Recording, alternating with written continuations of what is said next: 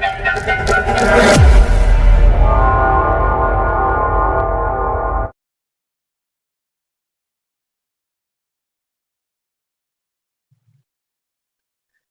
Students, so I welcome on to my YouTube channel Rathore classes Mirzaganj. जैसा कि बता दे रहे हैं कि क्लास 11 का चैप्टर नंबर 22 चल रहा था। क्लास 11 का चैप्टर नंबर 22, उसमें से 3 वीडियो जा चुका है। आज का ये जो वीडियो आप देख रहे हैं ये पार्ट 4 है। कौन सा वीडियो है? चौथा वीडियो है। यानी कि पहला वीडियो गया ग्रंथि के बारे में, परिचय के बारे में, दूसरा वीडियो गया हार्मोन के बारे में, और तीसरा वीडियो गया हाइपोथैलेमस ग्रंथि के बारे में, और ये आज का चौथा लेक्चर है। और आज हम पढ़ेंगे पीयूष ग्रंथि के बारे में। आज किसके बारे में पढ़ेंगे? पीयूष ग्रंथि के बारे में। तो जैसे देखिए कल वाला जो पढ़े थे हाइपोथैलेमस, उसको इससे जोड़ते हैं। हाइपोथैलेमस में क्या हो रहा था? कुछ न्यूक्ली पाया जाता है जो हार्मोन बनाता है। वही तो बताए थे कि हाइपोथैलेमस में कुछ न्यूक्ली होता है जो हार्मोन का उत्पादन करता है, ठीक है। और वो जो भी हार्मोन बनाता है 2 प्रकार के बनाता है। कितने प्रकार के बनाता है? 2 प्रकार के। एक बनाता है स्रावी हार्मोन यानी कि मोचक हार्मोन, और एक बनाता है निरोधी हार्मोन यानी कि रोकने वाला हार्मोन। तो एक हार्मोन जो भी निकालता है वो पीयूष ग्रंथि के पास जाता है और वहां से हार्मोन को स्रावित करवाता है, और एक जो है ये हार्मोन निकलता है और पीयूष ग्रंथि के पास जाकर के इसको रोकता है निकलने से, ठीक है। तो आज उसी के बारे में देखने वाले, ठीक है। और पूरा पूरा फोटो से भी देखेंगे और इसके पार्ट भी देखेंगे। चलिए बिना देरी के वीडियो स्टार्ट करते हैं। तो आज का टॉपिक है हमारा पीयूष ग्रंथि। आज का टॉपिक है क्या है? हमारा पीयूष ग्रंथि है, ठीक है। सबसे पहले ये बता दें कि पीयूष ग्रंथि को 2 भागों में बांटा गया है। पीयूष ग्रंथि में कितने भाग होता है? 2 भाग होता है। एक को बोलते हैं एडिनो हाइपोफाइसिस और दूसरे को बोलते हैं न्यूरो हाइपोफाइसिस। क्या बोले फिर से? हिंदी इंग्लिश हम दोनों लिख दिए हैं, ठीक है।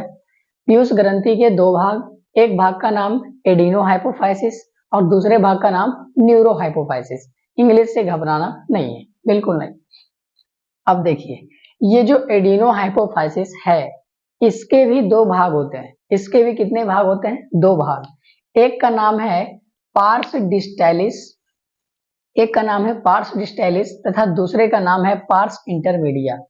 और ये जो न्यूरो हाइपोफाइसिस है इसका भी 2 भाग है। एक का नाम है पार्स नर्वोसा और दूसरे का नाम है इनफंडिबुलम। इसका मतलब क्या हुआ कि पीयूष ग्रंथि में 2 भाग हैं, एक एडिनो हाइपोफाइसिस और एक न्यूरो हाइपोफाइसिस। फिर इस एडिनो हाइपोफाइसिस के भी 2 भाग हैं, एक पार्स डिस्टैलिस और पार्स इंटरमीडिया। खत्म कहानी। और ये जो न्यूरो हाइपोफाइसिस है इसमें भी 2 भाग है, एक पार्स नर्वोसा और दूसरा इनफंडिबुलम। ये तो हो गया इसका भाग, इसका भाग हो गया पीयूष ग्रंथि का भाग। अब ये जानते हैं कि किसके अंतर्गत कौन सा पीयूष ग्रंथि का भाग आता है। तो ये जो पार्स डिस्टैलिस है इसी को कहते हैं अग्र पीयूष ग्रंथि। पार्स डिस्टैलिस के अंतर्गत क्या आता है? अग्र पीयूष ग्रंथि। और पार्स इंटरमीडिया, मीडिया मतलब मध्य पीयूष ग्रंथि, ठीक है। और ये जो पार्स नर्वोसा है इसमें आता है पश्च पीयूष ग्रंथि। तो पीयूष ग्रंथि के तीनों भाग क्या हो गया? खत्म हो गया। अग्र पीयूष ग्रंथि, मध्य पीयूष ग्रंथि और पश्च पीयूष ग्रंथि, ठीक है। ओके, अब देखिए हम इसको एक फोटो से समझते हैं। किससे समझते हैं? फोटो से, ठीक है।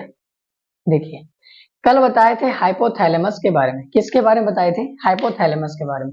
ये जो ऊपर में आपको ये फोटो डायग्राम दिख रहा है ऊपर वाला सिर्फ इतना, इसको बोलते हैं हाइपोथैलेमस। इसलिए हमने यहाँ पर लिख भी दिया है क्या?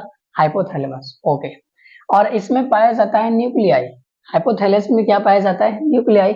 ये क्या बनाएगा? हार्मोन बनाएगा। जी हाँ, बिल्कुल बनाएगा। देखिए इसमें जो भी हाइपोथैलेमस पाया जा रहा है और न्यूक्ली जो पाया जा रहा है ये हार्मोन बनाएगा। और ये मान लीजिए बना रहा है स्रावी हार्मोन। कौन सा हार्मोन बना रहा है? स्रावी हार्मोन यानी कि मोचक हार्मोन। तो ये न्यूक्लियाई मोचक हार्मोन बनाया, स्रावी हार्मोन बनाया, रिलीजिंग हार्मोन बनाया और दे दिया रक्त में। एक पोर्टल सिस्टम होता है वहां दे देता है, रक्त में नहीं देता है। एक पोर्टल सिस्टम होता है उसमें दे देता है, ठीक है। फिर इस पोर्टल सिस्टम के सहारे ये वाला रक्त से मिलकर के कहाँ आ जाता है? अग्र पीयूष ग्रंथि में तथा मध्य पीयूष ग्रंथि में। कहाँ आ जाता है? अग्र पीयूष ग्रंथि में तथा मध्य पीयूष ग्रंथि में। तो क्या बोले थे कि न्यूक्ली जो भी हार्मोन निकालेगा वो जाएगा कहाँ, पीयूष ग्रंथि के पास। तो न्यूक्ली यहाँ से मोचक हार्मोन निकाला और कहाँ गया, पीयूष ग्रंथि के पास गया, ठीक है। और फिर क्या करेगा, यहाँ से हार्मोन निकलवाएगा। ओके, तो ये रिलीजिंग हार्मोन है तो हार्मोन निकलवाएगा। और अगर ये क्या करेगा, निरोधी हार्मोन निकलवाएगा, तो निरोधी हार्मोन आएगा और यहाँ से हार्मोन को रोकेगा, निकलने नहीं देगा। क्लियर है यहाँ तक? ओके, अब देखिए, और एक बोले थे कि हाइपोथैलेमस में दो विशेष प्रकार के न्यूक्ली होते हैं। हाइपोथैलेमस में कितने विशेष प्रकार के न्यूक्ली होता है, दो। हाइपोथैलेमस में कितना, दो विशेष प्रकार का न्यूक्ली होता है, दो। और ये अलग होता है, अन्य होता है, ठीक है। और बोले थे इसमें एक को बोलते हैं सुप्रा ऑप्टिक न्यूक्ली और एक को बोलते हैं पारावेंट्रिकुलर न्यूक्ली। बोले थे कि नहीं जी। हाइपोथैलेमस में दो अन्य विशेष प्रकार के न्यूक्ली होता है, सुप्रा ऑप्टिक न्यूक्ली और पैरावेंट्रिकुलर न्यूक्ली। जो सुप्रा ऑप्टिक न्यूक्ली है वो एडीएच हार्मोन निकालता है और जो पैरावेंट्रिकुलर न्यूक्ली है वो ऑक्सीटोसिन हार्मोन निकालता है। तो ये जब ये हार्मोन निकाला, मान लीजिए ये सुप्रा ऑप्टिक है और ये एडीएच हार्मोन निकाला, और ये पैरावेंट्रिकुलर है, ये क्या निकाला, ऑक्सीटोसिन निकाला, ठीक है। तो ये कहाँ जा रहा है, देखिए तो ये कहाँ जा रहा है, ये तंत्रिकाक्ष में जा रहा है। ये क्या है, न्यूरॉन है। तो न्यूरॉन का जो लंबा वाला डंटी होता है उसको क्या बोलते हैं, तंत्रिकाक्ष बोलते हैं। ये तंत्रिकाक्ष में दे दिया, ठीक है। तो फिर तंत्रिकाक्ष के सहारे कहाँ पहुंच रहा है, देखिए तो ध्यान से, पश्च पीयूष ग्रंथि में पहुंच रहा है। कहाँ पहुंच रहा है, पश्च पीयूष ग्रंथि में। ये भी हम कल बताए थे कि हाइपोथैलेमस में दो विशेष प्रकार के न्यूक्ली होते हैं, सुप्रा ऑप्टिक न्यूक्ली और पैरावेंट्रिकुलर न्यूक्ली। सुप्रा ऑप्टिक न्यूक्ली जो है एडीएच हार्मोन निकालता है, पैरावेंट्रिकुलर है जो है ऑक्सीटोसिन हार्मोन निकालता है। तो जब भी ये हार्मोन निकालेगा तो ये तंत्रिकाक्ष के सहारे पहुंचता है पश्च पीयूष ग्रंथि में, और पश्च पीयूष ग्रंथि में जमा रहता है। पश्च पीयूष ग्रंथि में एडीएच तथा ऑक्सीटोसिन जमा रहता है। पश्च पीयूष ग्रंथि में जैसे यहाँ पर दोनों हार्मोन आता है, ये दोनों क्या हो जाता है, पश्च पीयूष ग्रंथि में जमा हो जाता है। क्लियर है यहाँ तक जी। आगे देखिए, आगे क्या है, ये जो हो गया, अग्र पीयूष ग्रंथि इधर वाला भाग होता है, मध्य पीयूष ग्रंथि बीच वाला भाग होता है, और ये जो वाला भाग दिख रहा है आपको, इसको बोलते हैं पश्च पीयूष ग्रंथि। क्लियर है? तो फिर ये इनफंडिबुलम क्या हुआ, ये जो आपको बीच वाला पोर्शन दिखाई दे रहा है, बीच वाला, इसको बोलते हैं इनफंडिबुलम। इसको क्या बोलते हैं, इनफंडिबुलम। इसका मतलब क्या हुआ, ये एक तरह से क्या कर रहा है, इनफंडिबुलम क्या कर रहा है, पीयूष ग्रंथि को हाइपोथैलेमस से जोड़ने का काम कर रहा है। पीयूष ग्रंथि ये वाला है, अग्र पीयूष ग्रंथि, मध्य पीयूष ग्रंथि और पश्च पीयूष ग्रंथि। इसका कहने का मतलब नीचे वाला क्या हो गया, पीयूष ग्रंथि हो गया, और ऊपर वाला क्या है, हाइपोथैलेमस है। तो क्या लग रहा है ऐसा, ये जो बीच वाला इनफंडिबुलम है, ये क्या कर रहा है, पीयूष ग्रंथि को हाइपोथैलेमस से जोड़ रहा है, बिल्कुल जोड़ रहा है। तो इनफंडिबुलम का वही काम ही होता है, क्या करता है, ये पीयूष ग्रंथि को हाइपोथैलेमस से जोड़ने का काम करता है। क्लियर है? अब देखेंगे कि अग्र पीयूष ग्रंथि से कौन हार्मोन निकलता है, और फिर पश्च पीयूष ग्रंथि में कौन जमा है, फिर मध्य पीयूष ग्रंथि से कौन हार्मोन निकलता है। अब एक एक करके तीनों ग्रंथि पढ़ेंगे, अग्र पीयूष ग्रंथि, मध्य पीयूष ग्रंथि और पश्च पीयूष ग्रंथि। क्लियर है यहाँ तक? तो आगे इतना नोट कीजिए। उसके बाद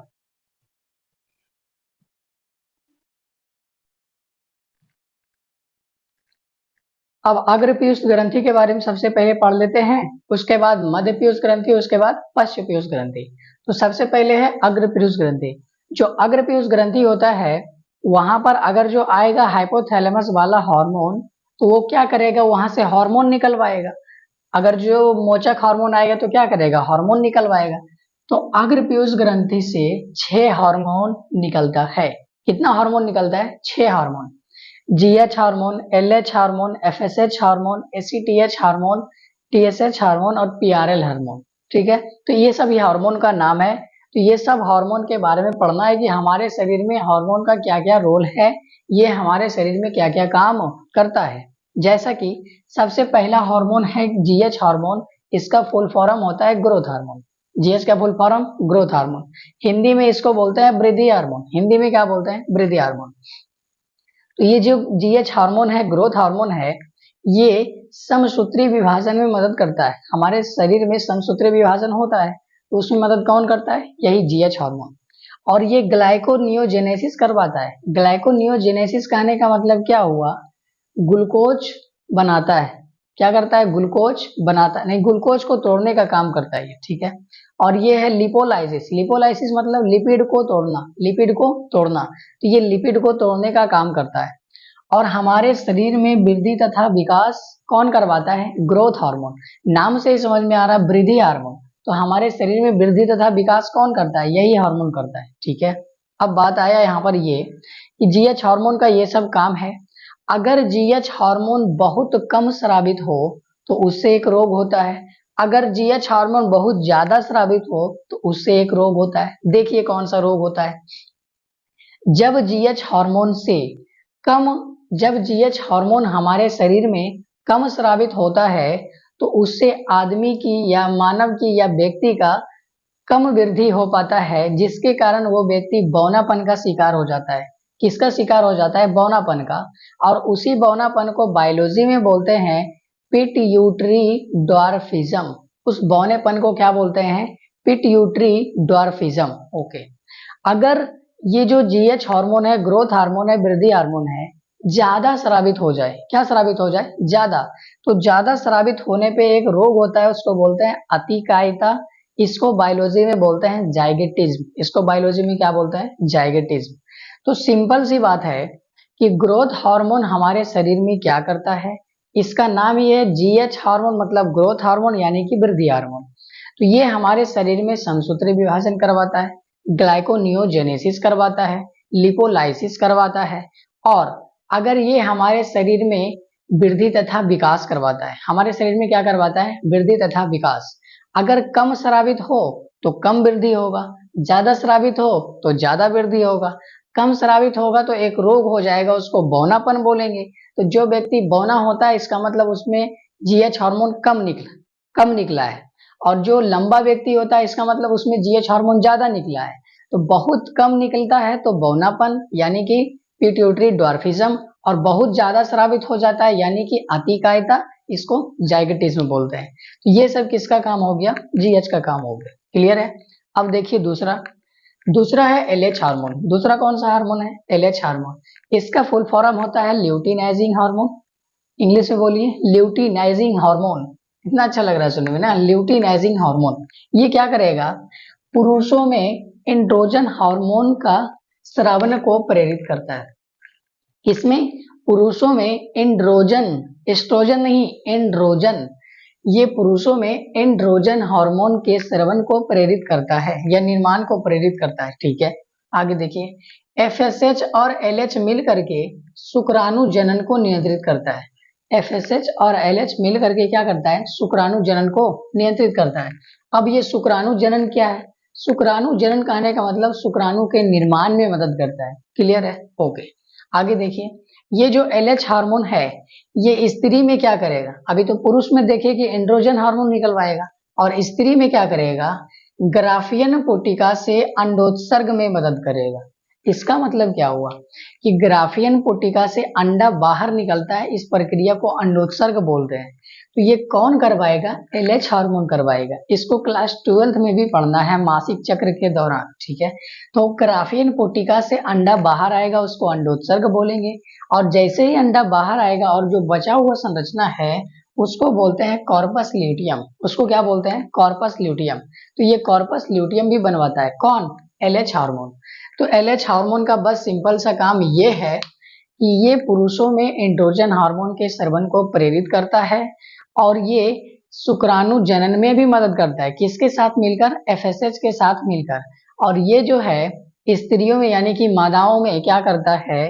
ग्राफियन पोटिका से अंडोत्सर्ग निकलवाता है, मतलब अंडा निकलवाता है। इस प्रक्रिया को अंडोत्सर्ग बोलते हैं।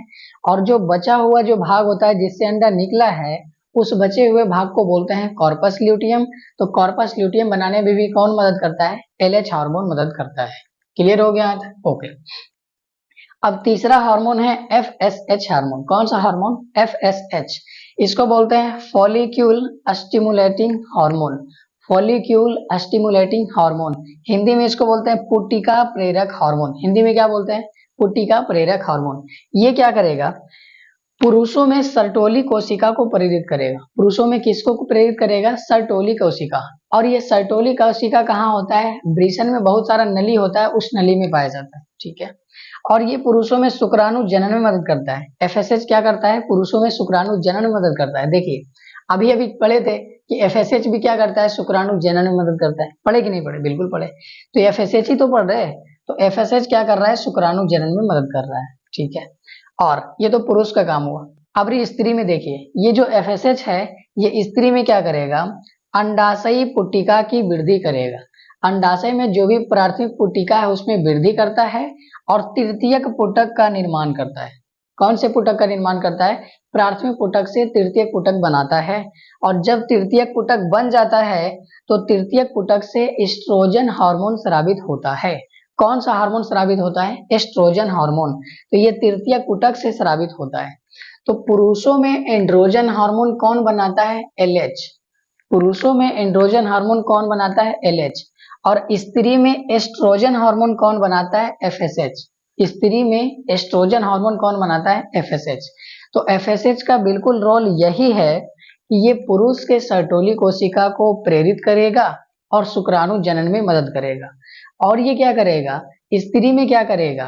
अंडाशय में जो पुट्टिका है उसको वृद्धि करके तृतीयक पुट्टिका बना देगा। और जैसे तृतीयक पुट्टिका बना उससे क्या स्रावित हो जाएगा? एस्ट्रोजन हार्मोन स्रावित हो जाएगा।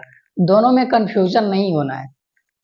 पुरुषों में एंड्रोजन हार्मोन होता है और स्त्री में एस्ट्रोजन हार्मोन होता है। ये किसका रोल हो गया? एफएसएच का रोल हो गया। एफएसएच हार्मोन का काम हो गया। ठीक है। अब अगला देखिए, 3 खत्म हो गया। अगला देखिए चौथा, एसीटीएच। चौथा क्या है? एसीटीएच। इसका फुल फॉर्म होता है, ए से हो गया एड्रीनो, सी से हो गया कॉर्टिको, टी से हो गया ट्रोफिन और एच से हो गया हार्मोन। तो इसका मतलब क्या हुआ? एसीटीएच का फुल फॉर्म क्या हुआ? Adrenocorticotrophin hormone. बोलिए आराम से, adrenocorticotropic hormone, adrenocorticotrophin hormone. ठीक है। अब देखिए इसका काम क्या है। इसका काम सिंपल सा ये है कि ये एड्रिनल ग्रंथि पर काम करता है। कहाँ काम करता है? एड्रिनल ग्रंथि मतलब अधिवृक्क ग्रंथि। तो किडनी के ऊपर जो ग्रंथि होता है उस पर ये काम करता है। ठीक है। उस पर काम करके करता क्या है? एड्रिनल ग्रंथि में 2 भाग होता है, एक बलकुट वाला भाग और एक मध्यांश वाला भाग। मतलब क्या हुआ? एक होता है कॉर्टेक्स वाला भाग और एक होता है मेडुला वाला भाग। तो ये कॉर्टेक्स वाले भाग को क्या कर देता है? विकसित कर देता है। ठीक है। या मेडुला वाले भाग को विकसित करता है, मतलब एड्रिनल ग्रंथि को बढ़ाता है ये। और ये जो एड्रिनल बलकुट को प्रेरित भी करता है। किसको प्रेरित करता है? एड्रिनल बलकुट को। कौन करता है? ACTH hormone. तो एसीटीएच हार्मोन का ज्यादा रोल नहीं पड़ता है। ये एड्रिनल ग्रंथि को विकसित करता है और एड्रिनल बलकुट को प्रेरित करता है। तो जब एड्रिनल ग्रंथि पढ़ेंगे तो उस टाइम भी बताएंगे कि इसको कौन सा हार्मोन एक्टिव करता है? एसीटीएच करता है। बता देंगे, क्या दिक्कत है? आपको याद रहना चाहिए। आगे देखिए पांचवा में है टीएसएच हार्मोन। पांचवा में क्या है? TSH hormone. और इसका फुल फॉर्म होता है थायराइड स्टिमुलेटिंग हार्मोन। कौन सा हार्मोन?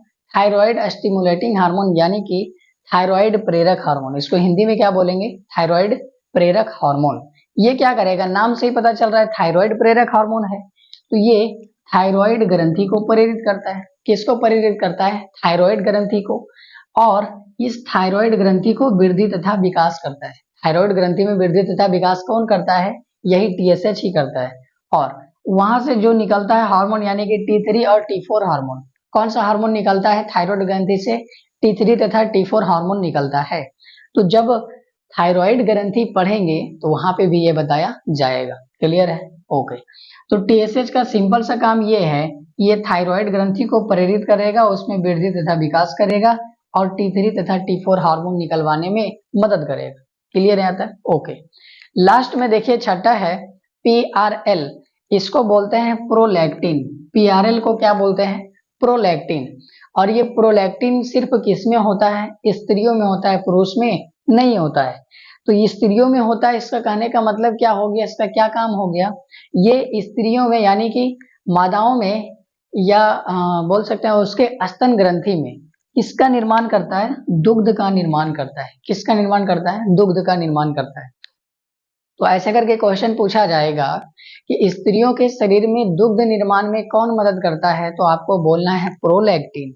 अगर क्वेश्चन ऐसे पूछ देगा कि स्त्रियों के स्तन ग्रंथि से दुग्ध के स्रवण में कौन मदद करता है, कौन स्रवण करवाता है, तो बताए थे हम, बताइए, ऑक्सीटोसिन।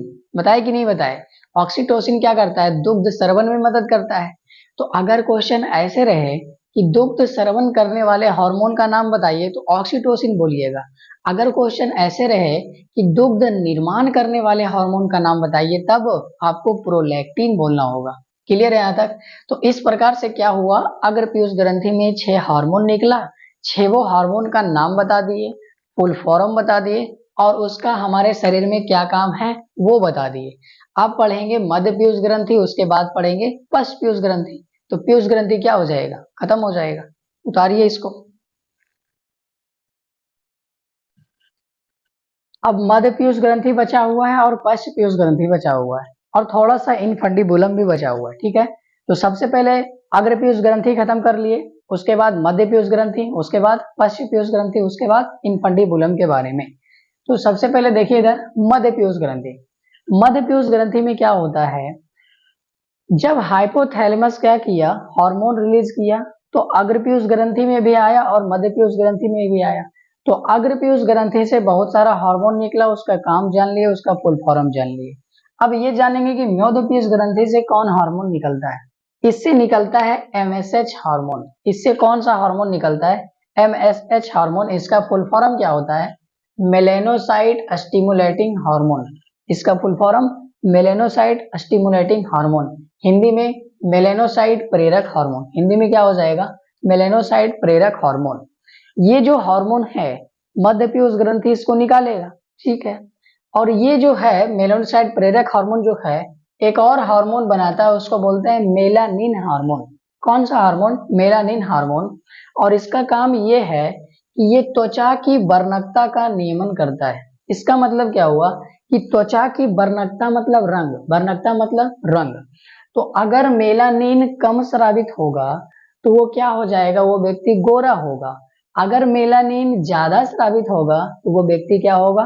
काला होगा। ठीक है, तो जिस व्यक्ति में मेलानिन का मात्रा कम होता है वो व्यक्ति गोरा होता है, और जिस व्यक्ति में मेलानिन का मात्रा अधिक होता है वो व्यक्ति कैसा होता है? काला होता है। तो ये सब किसके ऊपर डिपेंड कर रहा है? एमएसएच हार्मोन के ऊपर। एमएसएच हार्मोन कहाँ से निकलता है? मध्य पीयूष ग्रंथि से। मध्य पीयूष ग्रंथि से हार्मोन निकला एमएसएच, और ये क्या बनाया? एक हार्मोन बनाया, यानी कि मेलानिन हार्मोन, और यही क्या करता है? गोरा काला करवाता है। ठीक है, तो इतना क्लियर है, बस इसमें इतना ही पॉइंट जानना, और इसका कोई रोल, स्पेशल रोल नहीं है। मध्य पीयूष ग्रंथि में क्या हो गया? खत्म। अब आइए पश्च पीयूष ग्रंथि के बारे में। अब किसके बारे में जानना है? पश्च पीयूष ग्रंथि के बारे में। तो इतना बता देते हैं कि ये जो पश्च पीयूष ग्रंथि है ये कोई हार्मोन बनाता नहीं है। ये कोई हार्मोन बनाता नहीं है। हम बताए थे कि हाइपोथैलेमस में क्या होता है, दो विशेष प्रकार के न्यूक्लिय होता है, वो दो हार्मोन बनाता है, और वो हार्मोन जमा हो जाता है कहाँ? पश्च पीयूष ग्रंथि में। याद है क्या? बिल्कुल याद होगा। तो क्या हुआ, पश्च पीयूष ग्रंथि हार्मोन नहीं बनाता है, इसमें सिर्फ 2 हार्मोन जमा रहता है। इसमें कितना हार्मोन सिर्फ जमा रहता है? 2 हार्मोन। और वो दोनों हार्मोन कौन कौन है? याद है क्या? एक हार्मोन है एडीएच और दूसरा हार्मोन है ऑक्सीटोसिन। पहले भी बता चुके हैं कि हाइपोथैलेमस में 2 न्यूक्लियाई, सुप्रा ऑप्टिक और पारावेंट्रिकुलर। सुप्रा ऑप्टिक बनाता है एडीएच और पारावेंट्रिकुलर बनाता है ऑक्सीटोसिन, और ये दोनों हार्मोन तंत्रिकाक्ष के सहारे चला जाता है पश्च पीयूष ग्रंथि में, और वहां जाकर के जमा हो जाता है। और जब हाइपोथैलेमस ऑर्डर देता है तो ये क्या करता है? पश्च पीयूष ग्रंथि से यह हार्मोन को निकाल देता है।